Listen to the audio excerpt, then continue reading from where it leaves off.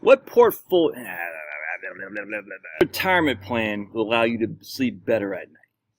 All right, this is a big deal, and I'd like for you to think about this. Visualize this with me a little bit here, if you would. So we got two guys. We got one guy who took his Social Security at 62. We got another guy who took it at 70. All right. So the guy who took it at 62 inherently will have a reduced amount of his Social Security. So again, if his, well, again, I've said this a million times, but we'll go over it for rookies, all right, for people who are new here. If you have a $3,000 a month PIA, the PIA is your primary insurance amount. The amount of Social Security benefit you get on a monthly basis at your full retirement age. For most of us nowadays, it's 67. All right, if you're born in 1960 or beyond, your full retirement age is 67. So you're going to say your PIA is $3,000 a month. So you're 62 right now. You have a decision. You can take Social Security early. Your Social Security benefit will be reduced if you took it early. So your PIA would be reduced by 32%. So we're just going to say it's going to be about $2,000 a month as opposed to $3,000 a month if you took it at 62 because you're taking it early. Absolutely, you can do that. On the other hand, you can say, I'm going to wait till I'm 70 and my PIA will grow to about $3,700 a month. Not PIA, my benefit will grow to about $3,700 a month because if I take it later, I get a 24% increase on my PIA. So basically, if I take it at my full retirement age, it's $3,000 a month. If I take it early, it's $2,000 a month. If I take it later, it's $3,720. All right. So that's how you look at it with Social Security. You're 62 right now. You're deciding when should I take my benefit. Now, this doesn't assume any COLAs. You always got to remember there are COLAs in this as well. But we're 62. We're getting ready to hang up our boots from our crappy old job. We're like, man, I can decide to take Social today. My PIA, my amount will be reduced by 32% of my PIA. Or I could wait. All right, so that's a decision you've got to make. So you're sitting there thinking, okay, well, if I wait, I have to draw down my portfolio in order to live. I mean, I need some money. It's got to come from someplace. So what I'm going to do is I'm going to draw down my portfolio by the equivalent of what I could have taken from my Social Security, roughly $2,000 a month, $24,000 a year. So I'm 62. I take Social Security now. It pays me $2,000 a month, which is $2,000 a month I do not need to draw down from my portfolio. And thus that $2,000 a month will stay in my portfolio, doing whatever the portfolio does relative to market returns. If I wait till I'm 70, for instance, well, that means that's $24,000 a year times 8. I don't know what that is. That's $200,000, $24,000, yes, almost $200,000 I would have had drawn down from my portfolio in order to wait till 70. So I got an email from a guy today, and he's like, he's 74 years old. He's like, man, I took Social Security at 70. I wonder if it's my best bet.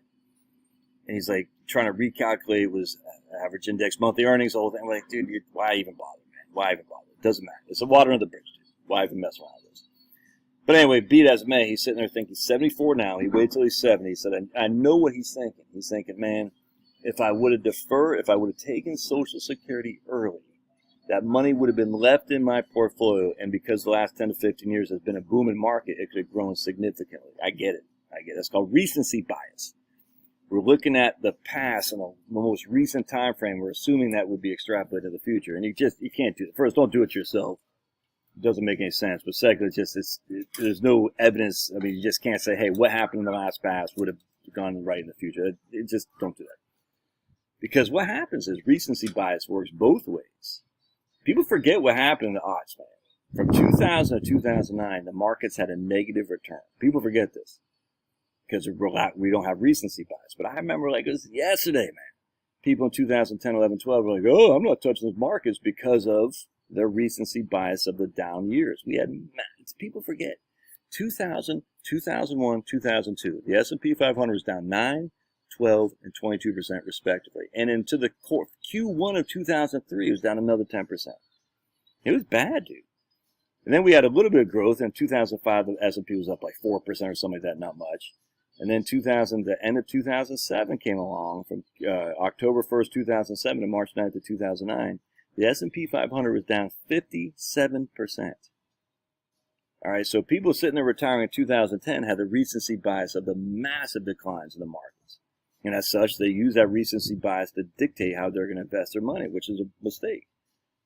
On top of that, the Obama was printing all this money and all this stuff. And everyone's like, oh, there's massive inflation. They were wrong, obviously. 100%. Gold's going to crush and just didn't. I mean, just no one knows. And so they missed out on the massive growth of the last 15 years. Now, this guy's the exact opposite. I don't know this guy. I just think this is what's going on. He's like, man, I wonder what.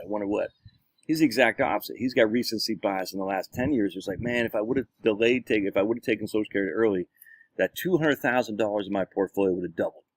Tripled, maybe. I know that's what he's thinking. I'm like, dude, you're just killing yourself, dude. Now, let's say we go into another 1970s, where we had minimal growth and massive inflation.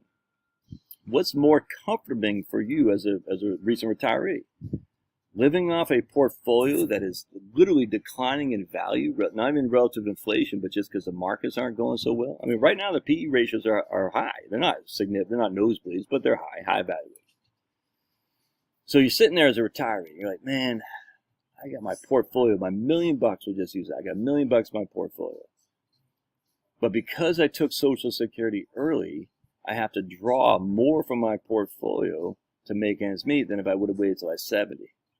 Remember, if you took it at 62, you're drawing $24,000 a year in Social. If you wait till you're 70, you're not quite getting $48,000. But we'll just use that because it's easy for my lump of coal in my brain here. So you have to double the amount you're pulling from your portfolio at 60. If you took it at 62, then 70. But the thing is, that doesn't consider what markets do. Markets are not rational, man. They're just not.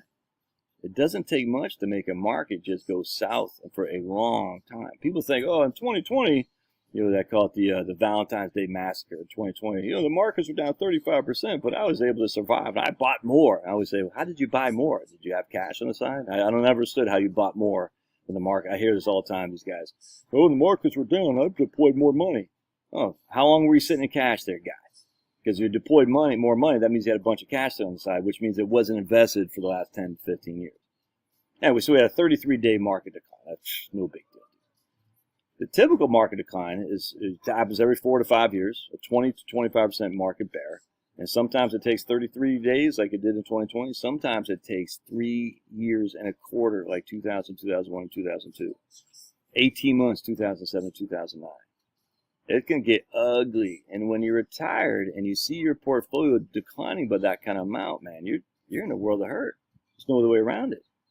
Yet, on the other hand, the guy who waited to take Social Security, this is what Social Security is. It's an insurance. It's insurance. It protects you from catastrophes. It doesn't say you're going to get more growth, more bang for your buck. It protects you against catastrophes. And that's what I always say here. I said, man, when you're retired, you've got to protect yourself against catastrophes. Accumulation is a young man's game. All right? You're in decumulation mode, which means you're worried about the markets being able to continue to provide you your income. Accumulation is no longer, I'm not saying we don't want to get our money to grow. I'm just saying, man, insurance is to protect you against catastrophes. Catastrophe a la 1973, 1974, the whole 1966 to 1982 time frame. 2000, 2001, 2007, 8, 9. That's what Social Security does. And people just look at it from a dollars, they just look at a component of dollars. My break-even stage, man, they're missing the point. The point is what allows you to sleep best at night when you're retired. It's an insurance program that has a cost of living adjustment. And people say, oh, they're gonna deflate Social Security by 20%. All right, it's never gonna happen. Let's just say they did. Hell, dude, markets deflate by 20% every 3 to 4 years. It's crazy. Then we had the bond market in 2022. It had the worst market year ever. Nothing comes close. And who predicted that? Nobody. Bill Gross didn't predict that. None of these guys did. You see what I'm saying? Could it happen again? I don't think so. But we have now witnessed significant bear markets in the last 20 years or so. What did not have a bear market was Social Security. It's just that simple. So visualize that.